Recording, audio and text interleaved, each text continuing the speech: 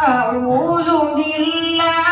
من الشيطان الرجيم بسم الله الرحمن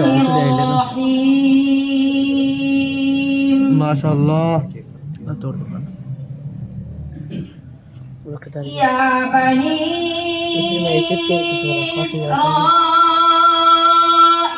اذكروا نعمتي التي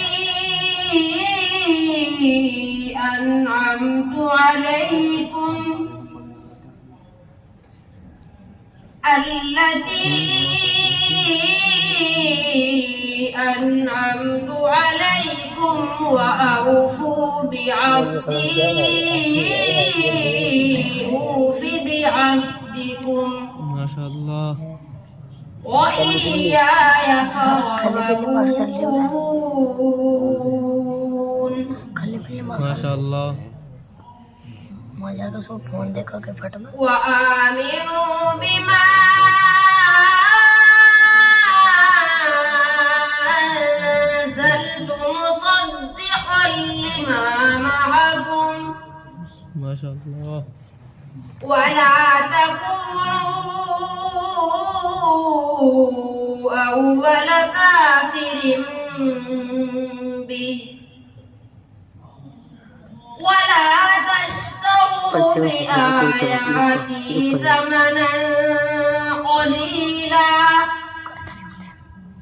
وإياي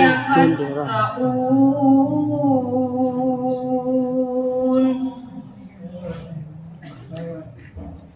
ولا تلبسوا الحق بالباطل وتكتموا الحق وأنتم تعلمون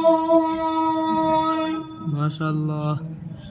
وأقيموا الصلاة وآتوا الزكاة واركعوا مع الراكعين ما شاء الله أتأمرون الناس بالبر وتنسون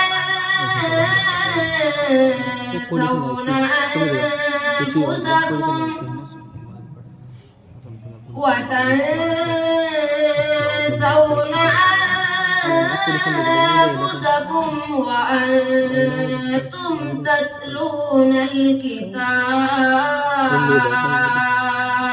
ما شاء الله أفلا تعقلون واستعينوا بالصبر والصلاة وإنها لكبيرة إلا على الخاشعين الذين يظنون أنهم ملاقو ربهم وأنهم إليه راجعون صدق الله العظيم.